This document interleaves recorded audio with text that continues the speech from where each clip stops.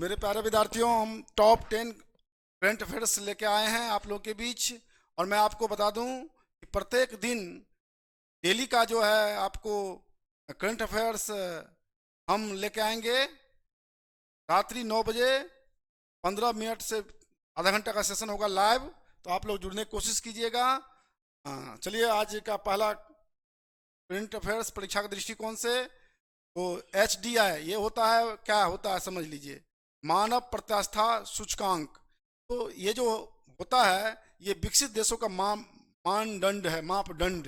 देखिए, यहाँ कह रहा है कि HDI देशों के विकसित होने का मापदंड क्या है, किस आधार पर हम किसी देश को विकसित कर सकते हैं।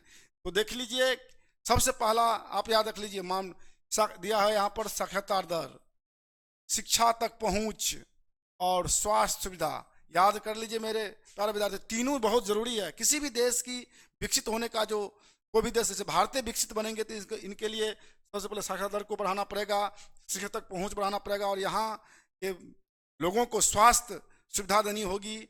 और अच्छे स्वास्थ्य होंगे तभी विकसित होंगे, केवल पढ़ लेने से नहीं। स्वास्थ्य और शिक्षा दोनों रूप में बेहतर होना चाहिए। और सबसे पहले बात है, उच्च से उच्च शिक्षा तक पहुंच होना चाहिए। ये तीनों सभी सही है। चलिए अगला क्वेश्चन करते हैं फटाक से। नेक्स्ट देखिए, HDI के अनुसार यानी कि मानव प्रत्यास्था सूचकांक के अनुसार मानकों के आधार पर किन के बीच मानक किन के बीच होते हैं, तो 0 और 1 के बीच। याद रख लीजिए, 0 और 1 के बीच होते हैं, इनके बीच। चलिए अगला क्वेश्चन हम करते हैं करंट अफेयर्स। वर्तमान में भारत का HDI स्कोर क्या है? मानव सूचकांक प्रतिष्ठा में भारत का क्या है, तो 0.633। याद रख लिए, ए नंबर।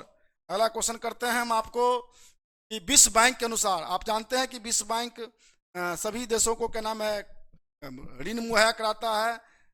चलिए देखिए, तो विश्व बैंक के अनुसार भारत की प्रति व्यक्ति आय लगभग कितना है, तो याद रख लीजिए $2400।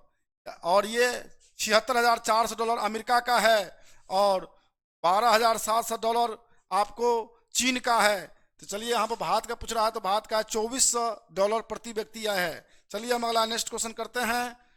प्रति व्यक्ति आय के लिहाज से विश्व बैंक के अनुसार, प्रति व्यक्ति आय के अनुसार विश्व बैंक के अनुसार, देखिए विश्व बैंक के अनुसार क्या है, तो 142वां स्थान है भारत का, 142वां स्थान। चलिए अगला क्वेश्चन करते हैं हम।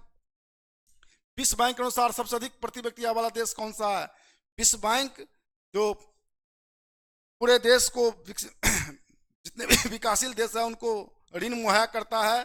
चलिए, तो इनके अनुसार अमेरिका जो है सबसे अधिक प्रति व्यक्ति आय वाला देश है। विश्व में सबसे अधिक प्रति व्यक्ति आय वाला देश कोई है तो वो है अमेरिका। याद रखेंगे। अगला नेक्स्ट चलते हैं। देखिए 2024 में इनमें से किसको भारत रत्न सम्मान दिया गया? देखिए, देने की घोषणा किया गया, तो इसमें है लाल कृष्ण आडवाणी और कर्पूरी ठाकुर जी।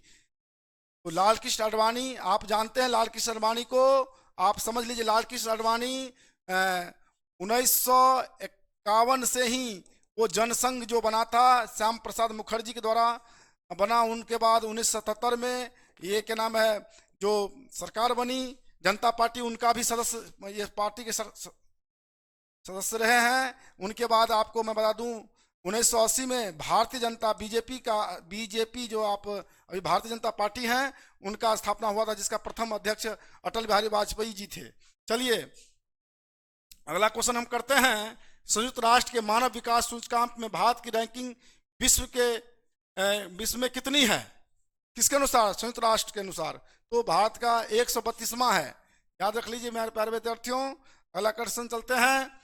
बिहार के किस समाजवादी नेता को, आप सभी जानते हैं बिहार के किस समाजवादी नेता को भारत रत्न देने की घोषणा आपको प्रधानमंत्री के द्वारा किया गया था? समझ लीजिए इनको, तो कर्पूरी ठाकुर जी। देखिए कर्पूरी ठाकुर जी को किया गया था, और ये महान समाजवादी नेता हैं। इन्होंने बिहार में भी मंडल आयोग के कमीशन को लागू करने का काम किया था, और आज पूरे अत्यंत पिछड़ा वर्ग का मसीहा माना जाता है कर्पूरी ठाकुर को। तभी तो क्या नाम है बीजेपी सरकार कर्पूरी ठाकुर को भारत रत्न देने की घोषणा किया। इससे काफी पिछड़ों वर्ग में, अत्यंत पिछड़े वर्गों के लोगों में खुशी है। चलिए अगला 10वां क्वेश्चन करते हैं कि भारतीय ओलंपिक संघ की अध्यक्ष PT उषा किस सम्मान से नवाजा किया गया है वर्तमान में? इस तो लाइफ टाइम अचीवमेंट अवार्ड से समझ लीजिए कि पीटी उषा को आप जानते हैं, उड़न परी के नाम से भी जानते हैं, और वर्तमान में ओलंपिक संघ की अध्यक्ष हैं पीटी उषा जी। तो आप ये 10 क्वेश्चन को कर लेंगे, पुनः हम कल लेके आएंगे। धन्यवाद।